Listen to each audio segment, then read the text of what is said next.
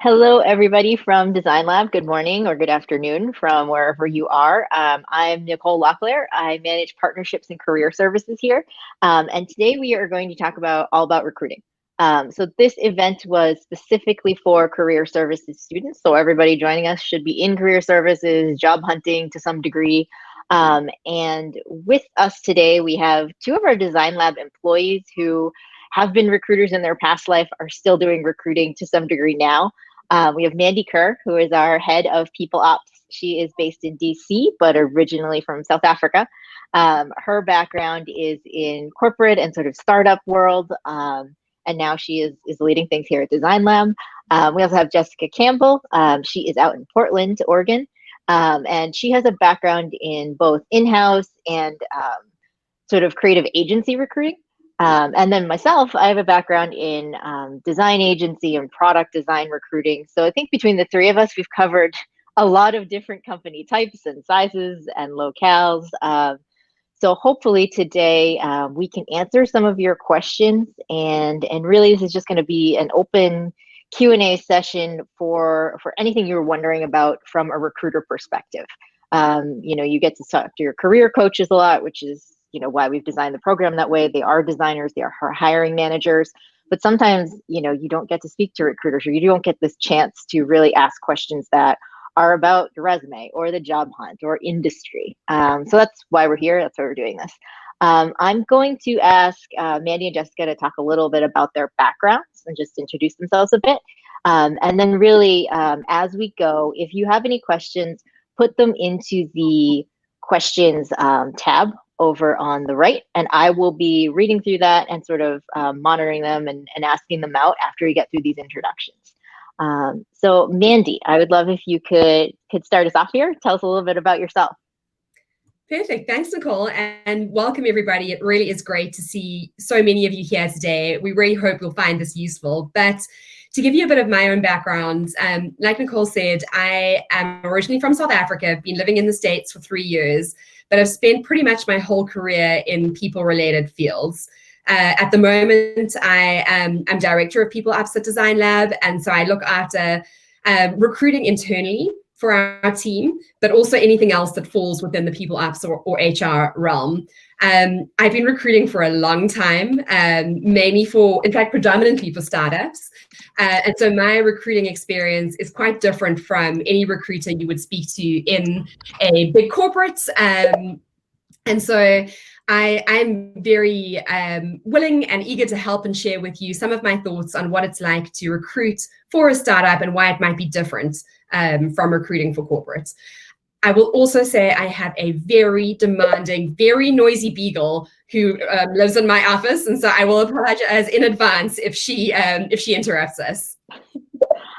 Well, thank you, Mandy. I hope she does. And Jessica, I'd love if you could introduce yourself and tell us a little bit about your background. Yeah. Hi, all. I'm Jessica. Like Nicole said, I'm here in Portland, and I come from agency recruiting, and I've done that in a variety of capacities. I originally actually got into recruiting for light industrial, customer service, and admin, and transferred to creative. And did that for about 3 or 4 years. So hiring for startups, small companies, large companies in all verticals, health, education, agency, creative agency, even some like media stuff, which is fun. And hired all sorts of roles, from what y'all are doing, UX, UI, to dev and program managers and beyond. So now with Designlab, I recruit for our mentors, as well as manage that program, make sure they're supported so that they can support you all. Great. And I guess just a little bit more about myself. I started my career in Boston, Massachusetts, in advertising agencies. So I thought I might be a designer. I quickly learned that I like it, but I don't want to do it. And so managed to find myself in recruiting for creatives. So creative directors, designers, UX designers, product designers, copywriters, and moved to New York. And I've been, most of my time has been spent hiring creatives within the agency space and some product design. So very specifically UX, UI. And now I'm here sort of on the other side trying to find y'all jobs instead of hiring for companies.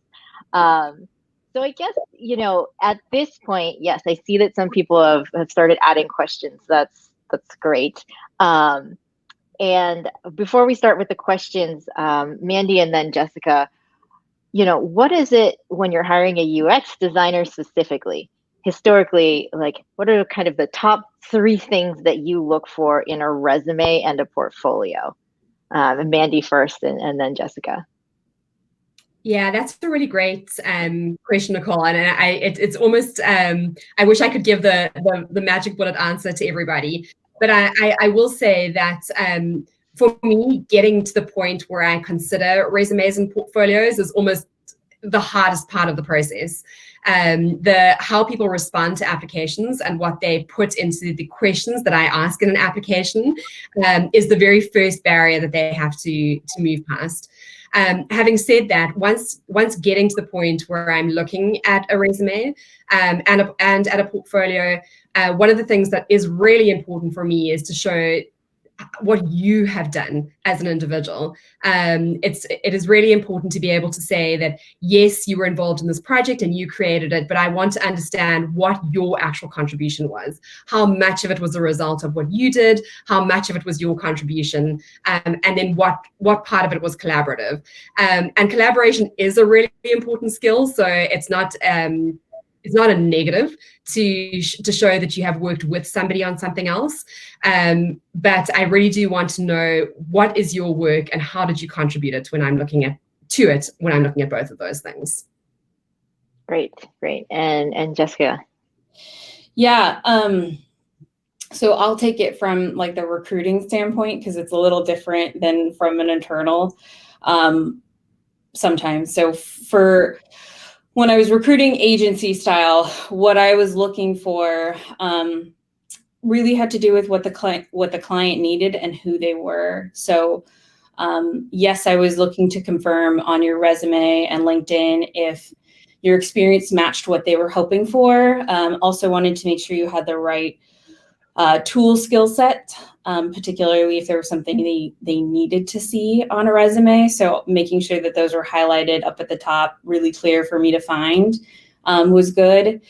And then for a portfolio specifically, again, it varied. I was looking for portfolios that could show an aesthetic and an alignment with the company I was hiring for. So if it was medical, did I get the sense that you could understand that user and those customers?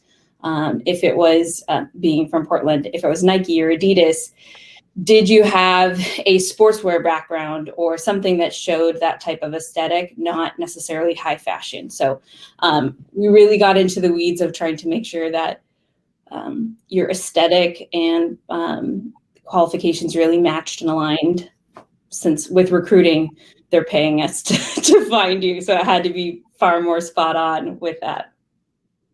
Yeah. And those are both good points that I think, when we're recruiters and we're hiring for ourselves, within a company, it's a little bit different than if you're, hiring for multiple companies at a time. So then you're really kind of able to say, all right, this person's very good at this thing and we're going to push them this way. And so, now kind of jumping into the questions a bit, and we can go back and forth here. Flynn has a question that I think is probably on a lot of people's minds. So, you say that as a candidate, you do get the call back, or, sort of you start the interview process and you think things are going well. You have a phone screen or a first interview, and all of a sudden you stop hearing from that company. Is there something that, it's necessary that the candidate has done, or are there internal things going on perhaps that the candidates just don't know about? And I can say from my experience in sort of creative agencies, advertising agencies, a lot of the time it's not necessarily the candidate at all. Our role will go on hold, or the client goes away. And all of a sudden the role that, we had to hire and was kind of, we were rushing everybody through is just gone. And I think, as recruiters, that's the hardest thing. That's the hardest thing that I was facing, was we would have multiple great candidates and we'd have to say, sorry, we can't make the hire right now. And I think, in some cases, if it's not the greatest recruiter in the world, they just start ghosting you and don't get back to you. But I guess, Mandy and then Jessica, like, how have you handled that situation? What would you sort of say to your candidates that you did want to keep in touch with possibly, or is there anything else they could have done to kind of position themselves differently? Yeah, it's another really great question. I think roles do go on hold. Priorities within a company change. Something happens internally to a dynamic that means the nature of the role that you're trying to fill might be different. And it's always disappointing. It's disappointing for the recruiter, but particularly disappointing for the candidates who put a lot of time and effort and energy into getting to that point. On the rare occasion that does happen or has happened for me, I always find the best thing is to be upfront. Here is why we will not be filling this particular role. And for those candidates who have been particularly impressive, I will reach out to them to say, look, there is nothing right now that we can work on together, but I really would like to consider you for future opportunities. Are you willing to for me to keep you on a database? And if they are, I will keep them in mind and then come back to them if something arises in the future. And it's surprising how often that does happen. It might be a month later, it might be 6 months later, but there are very few cases where I can't think of somebody who was really impressive that I didn't go back to at some point with hey, you know what, and opportunities are arisen. The other thing that I will say, just having a look, Flynn, at your question, having a perfect portfolio or being a perfect applicant, in my eyes, is not enough. And I'm perhaps a slightly unusual recruiter, having had predominantly startup background. I want to know why you want to work with me and my company. And if you approach the application process with a wonderful portfolio and a perfect resume, but you can't speak to what Designlab does, what we stand for, and how you think your contribution is going to make a difference, I almost definitely not consider that person as a serious candidate in the application process. So even if you're ticking all the other boxes and on paper you look wonderful, and all of that is great, the other part for me is, why do you want to be here working at this company that I'm recruiting for right now? And if you can show me that, then there would be no reason for you to go forward with an otherwise perfect application. But if you come in thinking that your portfolio and your resume are going to carry you through, and you haven't really thought about why you want to be working at this company, then it for me would be one of those no-go early ons, and I would turn away an otherwise paper perfect candidates at an early stage. Great. And Jessica, do you have anything to add or sort of any other thoughts? Yeah, no, I totally agree with Mandy too. And I think even I do want to say with recruiting, while the paper perfect is important up front, to Mandy's point, you still have to show why you're interested in that company and that role, like what is special that you bring, because you all are, not to be cheesy about it, but everybody has a unique background that you bring to this. So what is the essence? What is your story? And I will say, Nicole mentioned this. The reality is some people don't love confrontation, and telling someone that you didn't get a job because it went on hold or you weren't the right candidate, they should do the right thing, especially if they've interviewed you, if they've had a conversation, whether it's via phone or in person, not anymore, maybe again, but or Zoom call. They should tell you no. They may not go into why, because often they can't. Or it's not anything really tangible. It just wasn't the right fit for the role. But people don't like confrontation. And the reality is, as much as I would love to fix it and say, do right by your candidates, tell them no, even if you don't have to tell them why, they will. And that's just the reality of it. I don't want to say that it's because that's a poor person, but it's just a person who's really uncomfortable with the confrontation. Yeah, and I think that's true. And I think that's something to keep in mind, that even with sort of, the questions that we're seeing and how we're going to answer, it's going to be very specific to whatever company you're applying to. And it would be wonderful if everybody was, I think, as thoughtful as Mandy, honestly, who kind of hired us and why we're here. But I think, maybe now would be a good time to talk more about like the recruiting process. So, I see a question over here on the side that's kind of like, how many how many resumes are we getting for jobs on average? What does that even look like? And that's a good point where, the hiring manager might not even know. And at least, I'll start here, and then, I think we'll go to Jessica and then Mandy. At an advertising agency I worked at that was global, we had a team of recruiters. There were probably 10 of us. I think primarily I was handling most of the creative jobs, but I would have 20 jobs at a time, ranging across seniority and locality, and I was responsible for all of them. So, on average, if you have hundreds of people applying to each job, that's a lot of applications to go through. So, and it's not, I think most recruiters, that's about as many jobs as I would ever have. Nobody really likes that volume, but it's a lot. It's a lot to go through on a day-to-day basis for a variety of different things, where, from the most junior sort of internship to, C-suite. And to make yourself stand out, it's really going to depend on what's the role, what's the company, and you're just trying to sort of like position yourself, and to Mandy's point, like explain like why this one right now, even if you are applying to 10 different roles, which you probably are, taking the care to sort of answer as best you can in all the questions that they're asking. But Jessica, I don't know, how many roles were you handling at once? Like, what does the resume pile look for somebody who's maybe in more of like a staffing agency too, where you're kind of always having open roles, and that's part of the job? Yeah, so it really depended on the job. And I think, Mandy, we can speak to this for internal applications too. I would say the more senior the role, the fewer the applications. The more junior the role, the more there will be, because the more people who are qualified there are for those roles. And you do want to apply for roles that you are qualified for. With the caveat of, I have seen folks who will submit a resume through an internal company open call and say, I see this role, I know I'm not qualified, but if you have something less senior, I would love to be considered. So highlighting if you're not quite qualified for the role and why you chose to apply anyway. But in agency, truly pre-pandemic, which is when I was doing agency recruiting, we often had to go find. We would search out the proper candidates that we wanted. We would look via LinkedIn.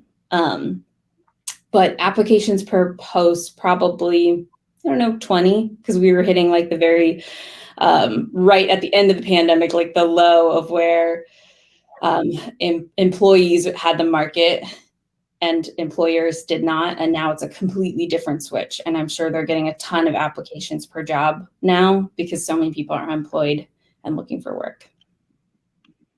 Yeah, and I guess, Mandy, do you have any thoughts? Yeah, absolutely. So perhaps to give you an idea, I'm currently recruiting for 4 roles for Designlab. One of the roles I had 1,800 applications, just over, a junior level role. For the other 3, I had over 400 applicants for each of those roles. Now, again, because we're a startup, and because for me personally, recruitment is such an important part of what we do, we still do hand screen all of those applications. Whereas most recruiters these days will have some sort of applicant tracking system, which will pre-screen a lot of the applications that come through to them. In that pre-screening, if you don't have the right experience, and if you don't tick the right boxes in terms of what was advertised, your resume is unlikely even to get in front of anybody. At Designlab and a few other startups that I'm in contact with, that's not necessarily the case, because like I say, we do still hand screen, but that does come with its own set of complications. It is obviously extremely time consuming, and you're having to, as a recruiter, make decisions kind of with the information that's in front of you, and make some very difficult choices. And we try and do it very deliberately by eliminating as much bias as we can in as many ways as we can when screening applications. But I will say, to Jessica's earlier points, it is really important to make sure that you do have what is required in order to do that job. You can still apply to the jobs, and personally, I will consider candidates who don't, as long as you're aware and you tell me why you think you'd be a good fit for the role anyway, despite not having what I need. Because at this point for me, I will hire for potential, and that's important to me. But it's difficult to consider your potential if you don't tell me why it doesn't matter as much that you don't have the things that I've laid out in terms of what I require. The other thing is that, again, because our recruitment process is really considered and quite deliberate and quite thoughtful, when we do put requirements into our job adverts, we generally meet them because they have an implication for how successful that person's going to be in that role and whether they're going to be able to hit the ground running. So that is something to consider too, that yes, absolutely apply for roles that you're not qualified for, but know why you're not and make sure that you talk the recruiter through what you're able to do that will overcome whatever requirement you don't particularly have at that point in time. Yeah, I think that really nicely leads into some of the other questions that I see over in the sidebar here on experience. So clearly, there's a lot of Designlab grads who are applying for UX internships, junior roles, product designer roles, and they're seeing this sort of 3 to 5 years of experience broadly. Now, the question is for most of them and everybody I've spoken to so far, do I apply? Do I qualify? And I think, my answer for that, and again, I'd love to hear your answers for this too, are sadly the it depends answer, where there's no sort of really easy, like absolutely or absolutely not. I think to Mandy's point, smaller startups, kind of go in two directions. Some may have a really great hiring practice and are very hands-on and care deeply. Some probably don't. And so, they're kind of picking a number out of thin air and saying, this is what we think based on, 10 job descriptions we've read. Large companies, again, it's going to vary greatly on how much they adhere to what they put into the job description. From my own experience, we would overhaul job descriptions every quarter. It was not necessarily the most fun for anybody involved, but we very specifically were looking at, do these requirements still match our population and what we actually need from the role? And one of the ones that I think a lot of companies now are actually removing is the years of experience requirement, which I think is great news. And the degree requirement, which again, wonderful, especially for roles like design, writing, where unless you're doing something academic, I don't know that it really matters that you have an MBA or like a doctorate. So I would encourage you to apply to the roles that you see with 3 to 5 years of experience. And then to Mandy's point, be able to follow up and say, I don't have 3 to 5 years of design experience, but I have 5 to 10 years of experience in customer service, in administrative roles, as a doctor, as a lawyer, as whatever it is, because there's a lot of really important soft skills that you learned that you're bringing to this new role that you have that other people who are straight out of school or who never have worked before maybe don't. So again, I'd love to hear your thoughts, Jessica, and then Mandy. Yeah, Nicole and I were chatting about this recently. A lot of the times we see these excessive requirements on junior jobs because of what happened after the 2008 recession. It's kind of a holdover of all of a sudden all these senior people became available again, and we're seeing it again now in the pandemic. And they took these more junior jobs. And so companies were able to say, I can get this senior person for X dollars and X title, more junior. So you think that's a long time ago, but those kinds of things shift really slowly, unfortunately. And so that's a little bit of what we're seeing. So yeah, to Nicole's point, paint a picture of why you should be considered. And I will say it does really depend on size of company. So I'll probably keep using the Nike example because I'm in Portland. But Nike, for example, it's a huge global company, right? And their job descriptions are not overhauled once a month, maybe not even once a year. So for companies that are that large, my rule of thumb was if you meet 70% of what they're asking for, apply. still talk about it, still paint a picture, still tell a story. But within larger organizations, they have more structure to support someone who isn't paper perfect. Whereas a smaller company with 50 or less employees, you have to meet that at a higher percentage. Like Mandy was saying, when we write a job description, we mean it. We mean those things that we need, because you may be the only one doing it. So those are things to take into account when you're applying. Are you applying for a larger company or medium-sized company who may have the resources to support where you don't have the experience or are lacking right now, not forever, but may need more ramp-up time? Or are you applying for a place that really you are the one or maybe the two and it needs to be much more on the nose? So really painting a stronger picture and even thinking about, okay, you came from customer service. So you know how to think about what the people need, you know how to handle tough situations, you know how to have hard conversations. Those are the skills that you need as a designer too. So highlighting that. And then Mandy, do you have any?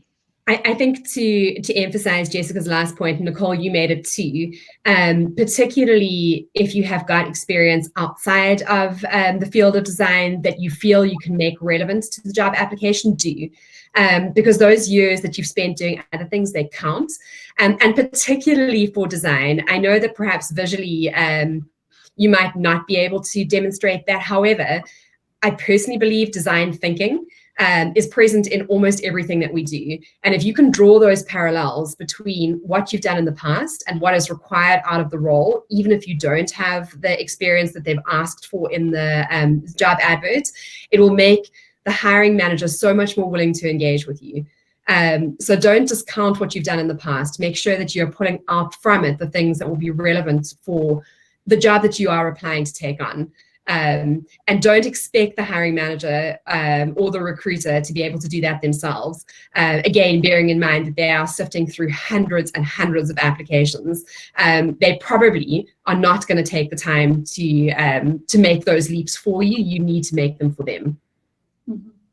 Yeah, and that brings up another good point and a question over here in the sidebar on resumes and applicant tracking systems and sort of keywords and sifting. So again, I think this is another one that it really depends how big the company is and how much weight they're putting on things like that. But you know, maybe we can talk a little bit about like what we look for in a resume. You know, again, saying that for a designer, you know, there's so much emphasis put on the portfolio, absolutely, because you're going to be, you know, producing the work. We need to see that you've done some work. But for the resume, you know, do you have preferences on what a resume looks like or how people talk about themselves?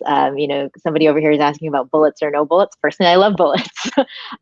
You know, and I think that points to the volume that we're seeing. You know, I want to see very quickly what you've done, when you did it. You know, I want to see keywords. You know, certainly there are some words that are in your resume or in your description of yourself that are matching what we wrote in our job description. And that may mean rewriting your resume or having multiple versions of your resume, depending on if you're applying to a startup versus, you know, like a giant bank versus, you know, a creative agency. But I think that's super helpful. I personally really love a resume that does have bullets. It's got sort of a chronological explanation of what you're doing. And then a small, you know, about me, or like, again, to the point of like, especially if you haven't been a designer for 3 to 5 years, like, why are you doing this now? Why are you applying? But I don't know, Jessica, what are sort of the things that you look for in a resume? Yeah, so with recruiters or your first screeners, they take about, I think it's like 10 seconds to decide if they want to keep reading. So bullets, very clear white space where I can see, you know, skills at the top or towards the top, listed and bulleted, tools at the top or towards, you know, each sidebar is fine. And then I also need to very clearly be able to see if you've done what I'm looking for. So job titles and dates. I tend to think education should go towards the bottom because it's usually not what I'm looking for first. And for designer resumes, so I will say this, for you all, I think you should do more than 2 pages, because I think you need to explain yourself a bit more thoroughly. Once you become more senior, a 1-pager is fine, because often I just want to see a little bit about you, the skills, and just a quick highlight of the job titles, and I can suss it out from there. But I did just want to highlight that more than a page is fine. I think it's really hard to tell someone everything about you in 1 page.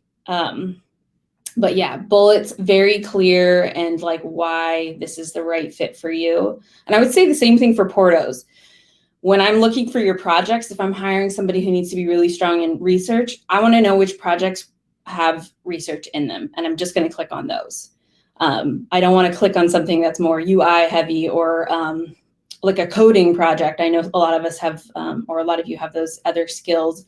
So it's like, I only want to click on the project that's right. And if I can't tell, I will move on. That's me.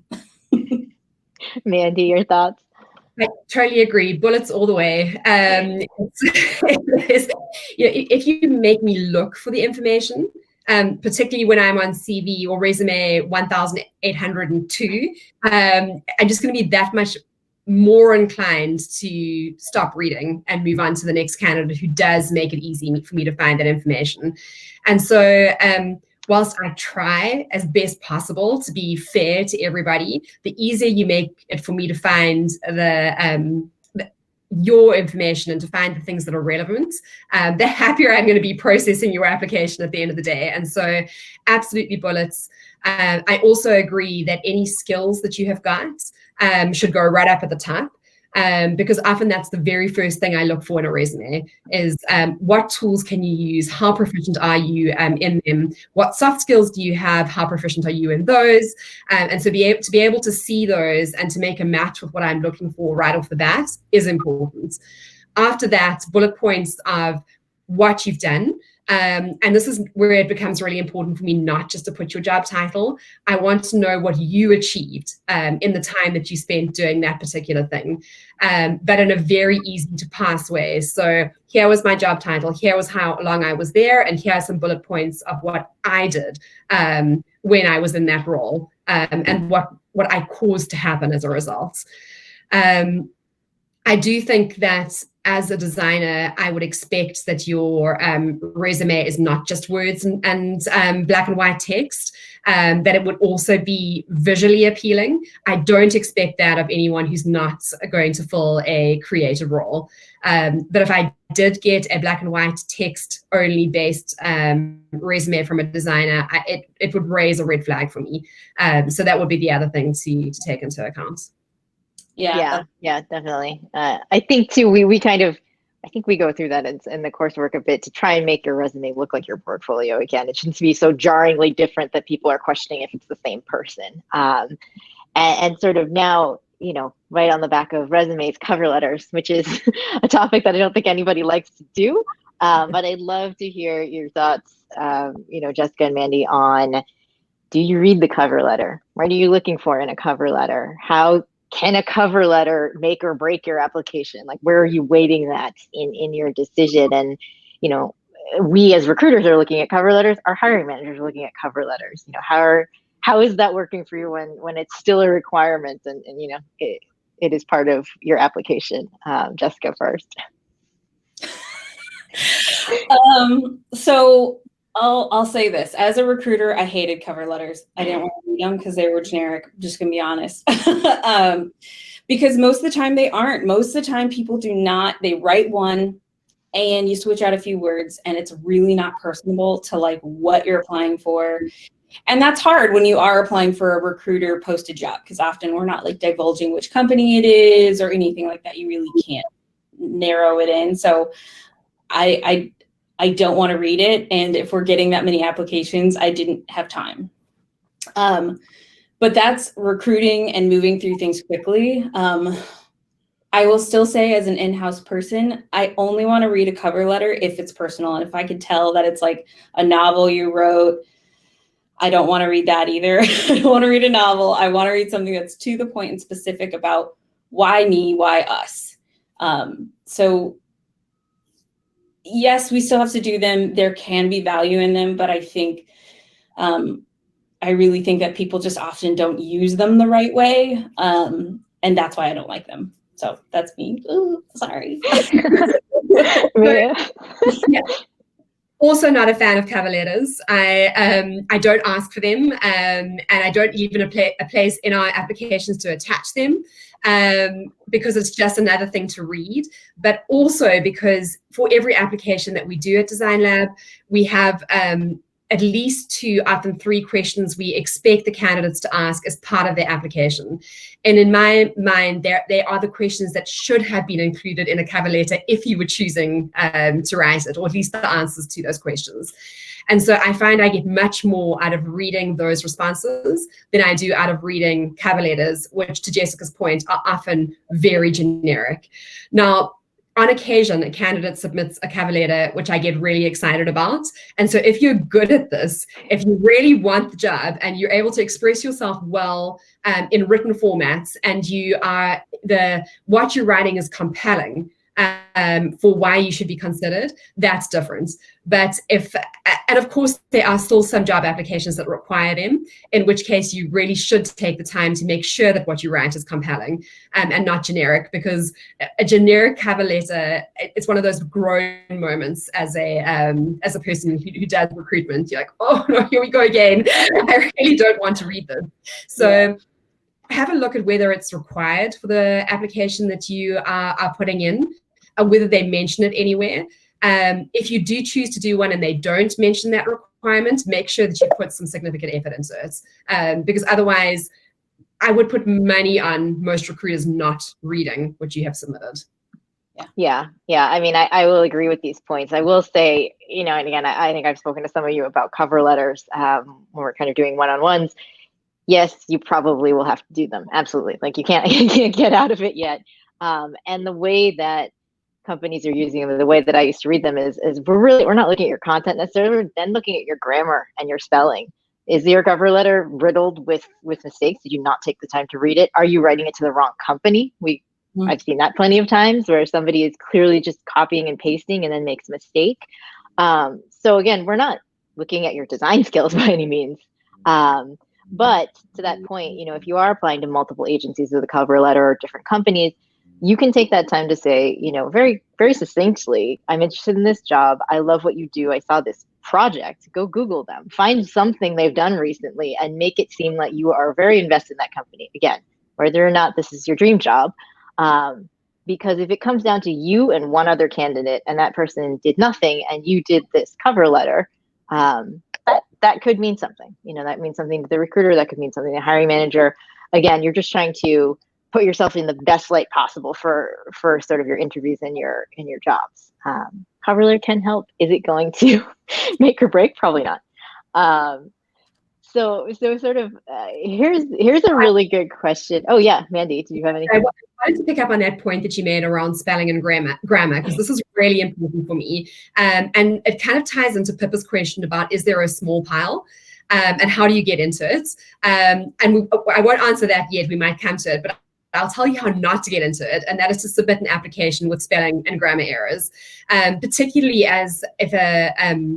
if a recruiter is doing manual assortment of applications, and there are lots of them, it is very hard to make those initial decisions about who to screen out and who to screen in until you see a spelling mistake or a grammar error, and you're like, well, this person obviously did not care when they put their application together.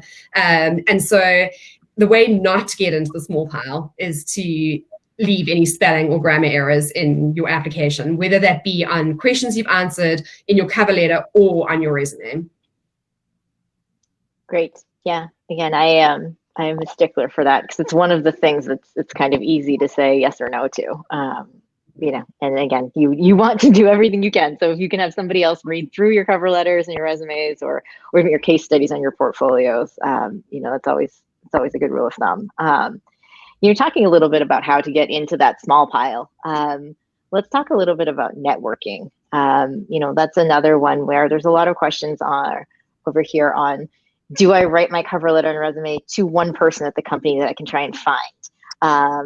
Is there any way that I can make myself stand out on social media, or should I connect with people on LinkedIn if I see a job? and again, then there's many thoughts on that sort of thing. But Jessica, sort of, what are your thoughts on how do you make yourself stand out in the social space or in the networking space?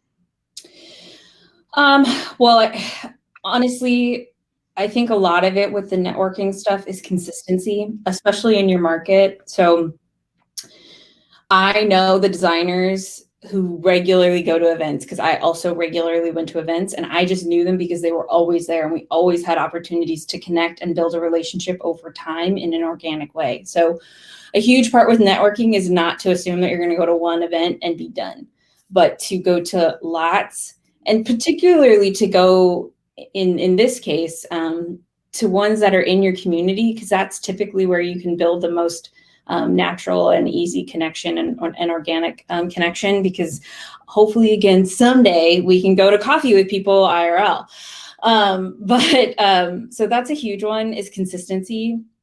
I know that can be really difficult if you are a more introverted person, or big crowds are hard. So just couple quick tips on that, because we did discuss that in my old role, is, set your goals before you go, like to talk to 2 people and hear your talking points, and then you can be done and like have a treat for when you leave, whether it's like a bar of chocolate or you get to go binge a show or whatever. But if networking is particularly overwhelming or daunting, set goals before you go and have a reward for doing it. And it will get easier. So that's a huge one with networking. What was the other part of the question, Nicole? I guess it was just sort of like networking to get yourself into the top of a pile of a resume. Should you reach out to directly to a recruiter that you signed on LinkedIn, or a person you may think is a hiring manager?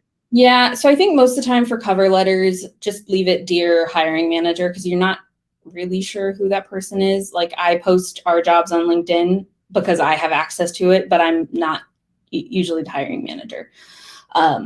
So I think leaving it blank. I think it doesn't hurt to connect with someone on LinkedIn, but to be very gracious about it.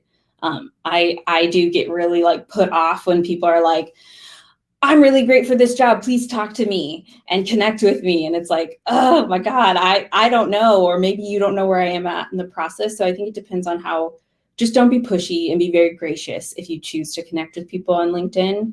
And I would tend to say be proactive about it. If there's a company you're targeting, connect with those people before there's a job post, so that there's already something going on there, rather than like, I saw you posted it and now I'm stalking you.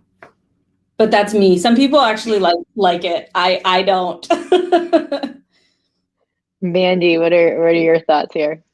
Yeah, so from a networking perspective, coming from a startup background, networking is perhaps a little bit more difficult, because I think, Jessica, you mentioned earlier, this might be the one person you're hiring for that role. And so when you consider networking as a recruiter or somebody who's looking for people, the spectrum of where you have to be is quite intimidatingly enormous. And so networking from that perspective, within a startup, not necessarily agency or recruiting, is a little bit more difficult. Where networking becomes really important is if you are able to build a relationship with anybody in the business. And if somebody who works with me comes to me and says, this person's going to apply, I know them, this is what I know about them, I think they would be great, that does carry weight. And so if you're able to use your networks to build real connection with people within businesses, I do think it can work to your benefit. From a social media perspective, and perhaps this is not a great admission, I don't look really at people's social media accounts when I'm hiring. I don't necessarily think that's a fair reflection of what they're going to bring into their work. Perhaps it's slightly different for a design role, and something like Instagram as an example, particularly if the individual has listed that as something that they want you to look at.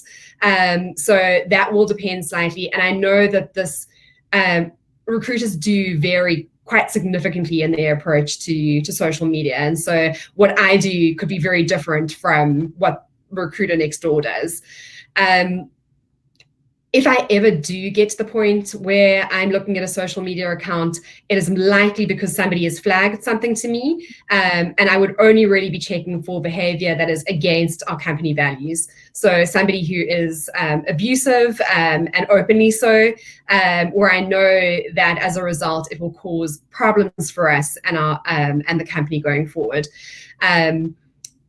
And I know there are, again, varying views on what you should and shouldn't do, and what you should and shouldn't look at, and what you should and shouldn't take into account.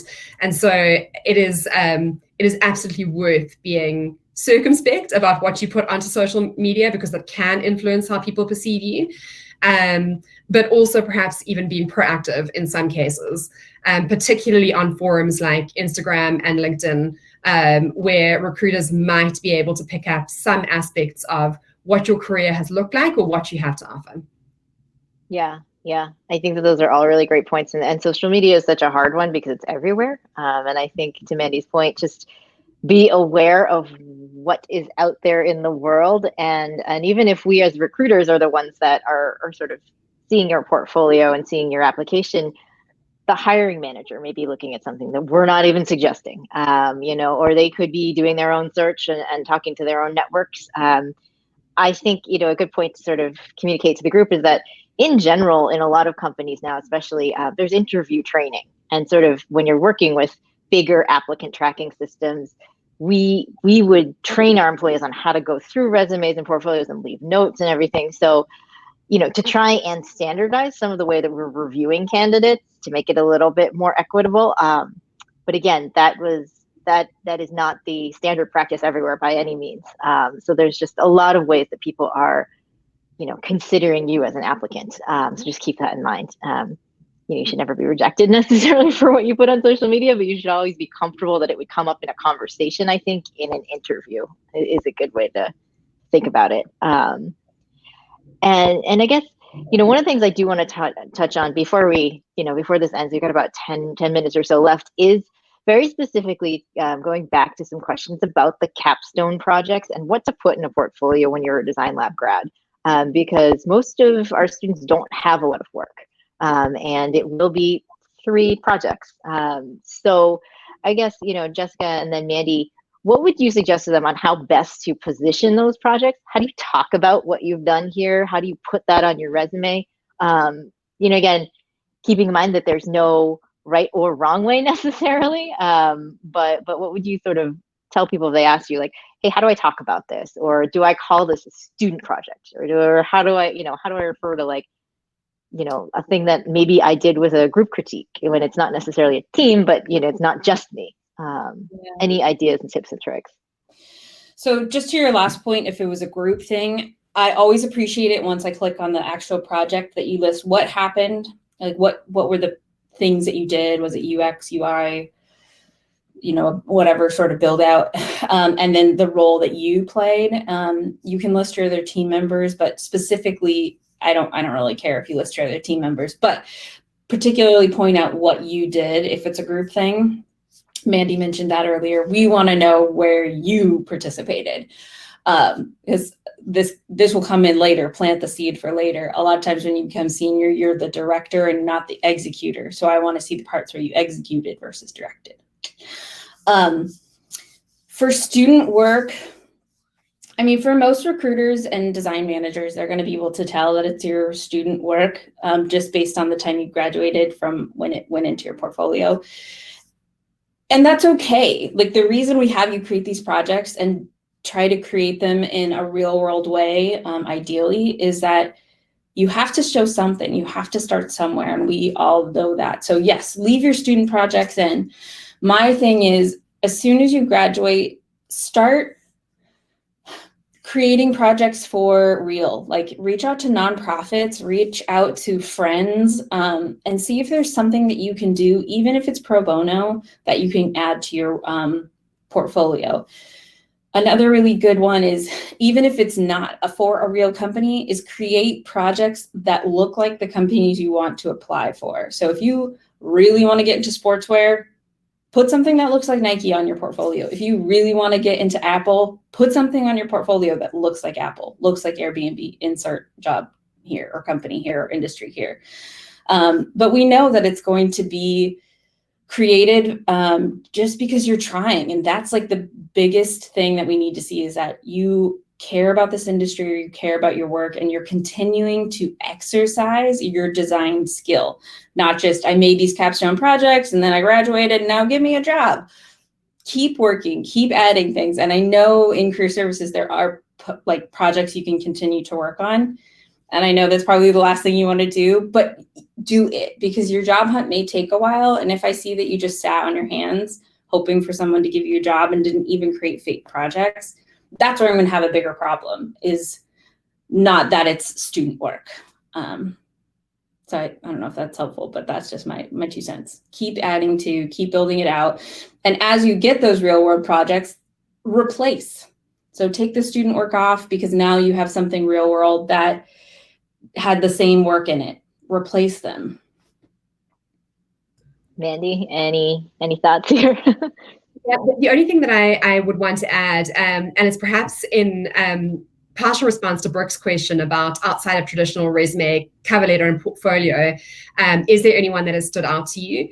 To build off Jessica's points around, make sure that your portfolio reflects who you're applying to, so that they can look at you really quickly and easily and say, oh, well, look, they clearly have an interest in our industry, and I see they already have a grasp of our color palettes and how things work well together.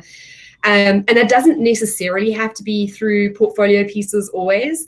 I had somebody apply to me in the last batch of applications. I was probably looking at their resume 3 weeks ago, and they did do a cover letter.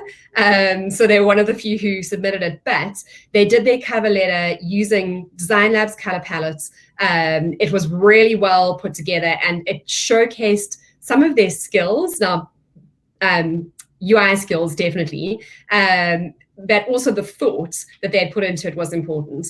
And so, yes, it is, Jessica's right. Like, if you have opportunities to keep working on your portfolio, keep adding to it, keep updating, making sure that it reflects not only your work, but how you approached it, and what was important to you in the way that you did. The other thing that you can do is to try and make sure that what you're presenting to the company you're trying to apply to is as relevant as you can possibly make it, even if you do something small, like creating a specific piece that resonates with them and adding it, or working on a specific project, or even if it's not a new one that you've done in the past, with very clear links as to why it would be relevant, again, for the job that they are looking for you to do.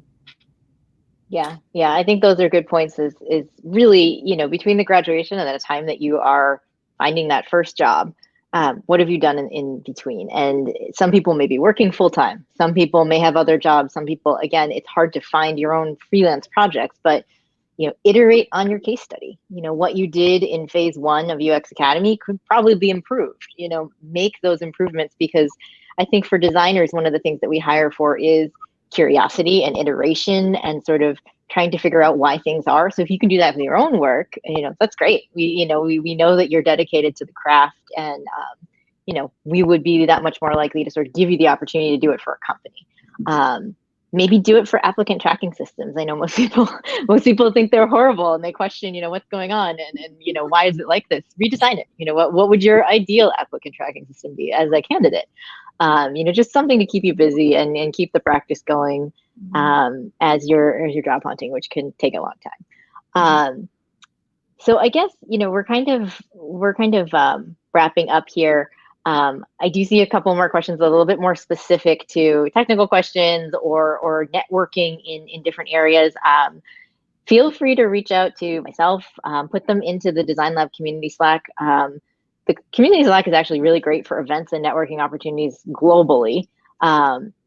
Start to reach out to people in your area, students, other graduates. I think there's a lot of people in the career search that it gets very lonely. You come out of your UX Academy days when you had a whole cohort, and now you're kind of on your own trying to figure this out. But as we wind down here, I guess, Mandy and Jessica, is there any last minute advice to give to sort of job searchers who are trying to find this first job? Anything that you would leave with them today?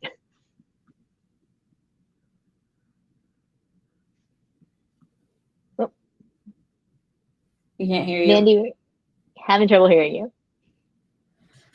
I was trying to save you all from the beagle and saved you from my own self. So I wanted to, before I any last minute thoughts, wanted to quickly answer Pippa's question, her last question at the top, because I think it's quick and easy.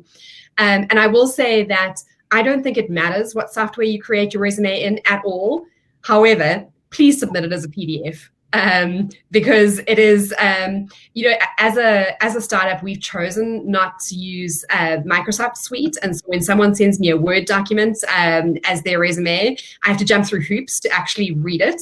And a PDF is just one of those really easy things that makes it super accessible for me as the person who is exploring it. So just a tip, it is frustrating to get resumes that are not presented as PDFs, but I don't think it makes any difference how you create it or what tool you create it, as long as it represents you, which is my final piece of advice, is that I know that job searches are really difficult. And particularly when you are new and you are uncertain about what your journey is going to look like, it's very easy to apply to a whole bunch of things and then try your best to make yourself into what those different companies are looking for. My one piece of advice is don't forget who you are in this process, because that's something that as a recruiter I look for. I want to know that you are going to be able to be comfortable bringing your full self to work. And the part of that is how comfortable I make you, but part of that is you knowing who you are and not trying to fit yourself into the perception of what you think I might want. So my only piece of advice is don't lose yourself in this process. Make sure that who you are shines through in your portfolio, your resume, and in any interviews you get with hiring managers. Yes, I agree.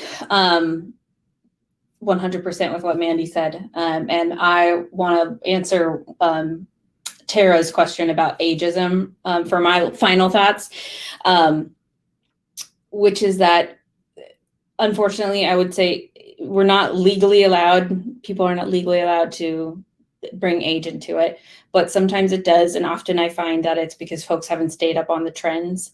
So your portfolio isn't reflecting what is fresh and the new ways that we're presenting portfolios. A lot of senior people move away from even sharing portfolios, or it's only a doc. So I think the best way to kind of eliminate that is to eliminate dates on your education in particular on your resume. I don't even include it. I wouldn't tell a 23-year-old to include it. So eliminate dates and make sure you're just staying up on trends. And part of that comes from going to the networking events. And that's like one of the other questions. Check Meetup. There's so many good meetups and they've all moved online. Eventbrite is another great place to find events in your area or global. LinkedIn also lists a lot of good events. And just one particular that is a really global community that I think most of you could find one is Creative Mornings. And that's a good one to learn and low-key network. So Creative Mornings. Great. Well, thank you, Jessica and Mandy, for joining us today. Thank you, everybody who's logged on. This will be available on our YouTube channel for everybody at Designlab community after this. And if you have any other questions, now you know who we are. And we wish you good luck in your search. Yes. Thank you. Bye.